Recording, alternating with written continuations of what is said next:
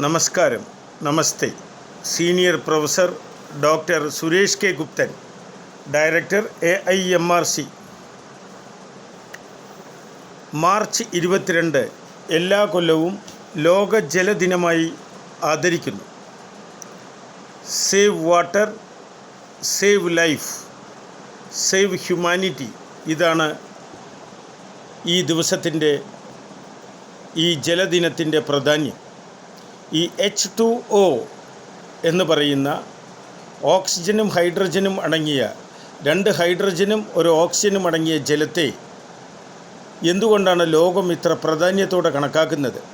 കാരണം ജലമില്ലെങ്കിൽ ജീവനില്ല, ഈ ഭൂമിയില്ല. ജലത്തിൻ്റെ pH വാല്യൂ എന്ന് പറയുന്നത് 7.4 to 7.6 ആണ്. ഇത് തന്നെയാണ് മനുഷ്യൻ്റെയും, ഇത് തന്നെയാണ് മണ്ണിൻ്റെയും.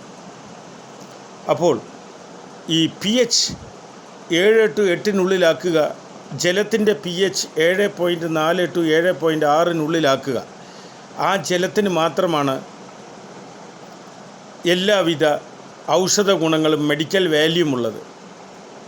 ജലത്തിൽ 15ഓളം ധാതുക്കളും അനവധി ജീവകങ്ങളും പോഷണങ്ങളും അടങ്ങിയിട്ടുണ്ട്. പക്ഷേ നമ്മുടെ ആധുനിക കാലഘട്ടത്തിലെ നഗരങ്ങളിലും മുനിസിപ്പാലിറ്റികളിലും കോർപ്പറേഷനുകളിലും കിട്ടുന്ന ജലത്തിന് ഈ ധാതുവിൻ്റെ ഗുണമോ ഈ പറയുന്ന പോഷണ മൂല്യമോ ഇല്ല.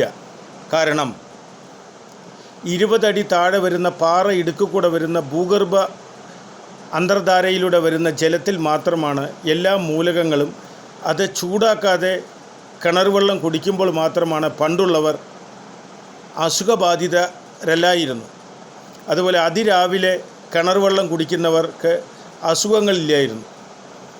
അതുപോലെ വെള്ളം എന്ന് ചൂടാക്കി കുടിക്കാൻ തുടങ്ങിയോ, വെള്ളം എന്ന് ബ്ലീച്ചിങ് പൗഡർ ഇട്ട് കുടിക്കാൻ തുടങ്ങിയോ, വെള്ളം എന്ന് റിഫൈൻഡ് ചെയ്യാൻ തുടങ്ങിയോ, ഇപ്പോൾ കടൽ വെള്ളത്തിൽ നിന്ന് ശുദ്ധജലമുണ്ടാക്കാനുള്ള ഗവേഷണം ചെന്നൈയിൽ അഥവാ തമിഴ്നാട്ടിൽ ആരംഭിച്ചിരിക്കുന്നു.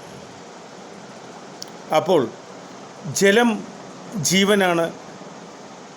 ശുദ്ധമായ ജലത്തിൽ, കിണർ വെള്ളത്തിൽ, ആഴത്തിലുള്ള പാറ ഇടുക്കുകൂടെ വരുന്ന വെള്ളത്തിൽ എല്ലാവിധ പോഷകങ്ങളും ഉള്ളതിനാൽ നിങ്ങൾ 0.33 ശരീരഭാരം കണക്കാക്കി 100 കിലോ ഭാരമുള്ളൊരു വ്യക്തി 3.5 ലിറ്ററെങ്കിലും വൃക്ക രോഗികൾ ഒഴികെ ശുദ്ധജലം കുടിക്കണം. വെള്ളം ഇന്ന് ഈ ഭൂമിയിൽ 3 അതിപ്രധാനപ്പെട്ട മരുന്നുകളും ഒരു സൂപ്പർ നാച്ചുറൽ മരുന്നുമാണ് ഭൂമിയിലുള്ളത്. ഈ 3 മരുന്നിൽ 1 ജലം, 2 വായു, 3 സൂര്യപ്രകാശം, 4 ഈ സൂപ്പർ നാച്ചുറൽ പവർ എന്ന് പറയുന്നത് ആത്മധൈര്യമാണ്. ഏത് രോഗമെടുത്താലും നിങ്ങൾക്ക് ആത്മവിശ്വാസവും ആത്മധൈര്യവും ഗഡ്സ് എന്ന് പറയുന്ന തൻ്റെ ഇടമില്ലെങ്കിൽ നിങ്ങൾ ഡോക്ടർമാരുടെയോ ഹോസ്പിറ്റലുകളുടെയോ കെണിയിൽപ്പെടുകയായി. സൈക്കോസൊമാറ്റിക് ഡിസീസ് എന്നാണ് ഞങ്ങൾ ആധുനിക പഴയ അപൂർവ രോഗങ്ങളെയും പറയുന്നത്. നിങ്ങളുടെ മനസ്സ് ശക്തമെങ്കിൽ നിങ്ങൾക്ക് രോഗമില്ല. നിങ്ങൾ മനസ്സിൽ പേടി വന്നാൽ നിങ്ങൾ രോഗിയായി. നിങ്ങൾ ആശുപത്രികളുടെയും ഡോക്ടർമാരുടെയും വൈദ്യന്മാരുടെയും ചൂഷണത്തിൽ തുടങ്ങുകയായി. അപ്പോൾ മനക്കരുത്താണ് നിങ്ങളുടെ യഥാർത്ഥ ഇമ്മ്യൂൺ സിസ്റ്റം. ഇതിനെ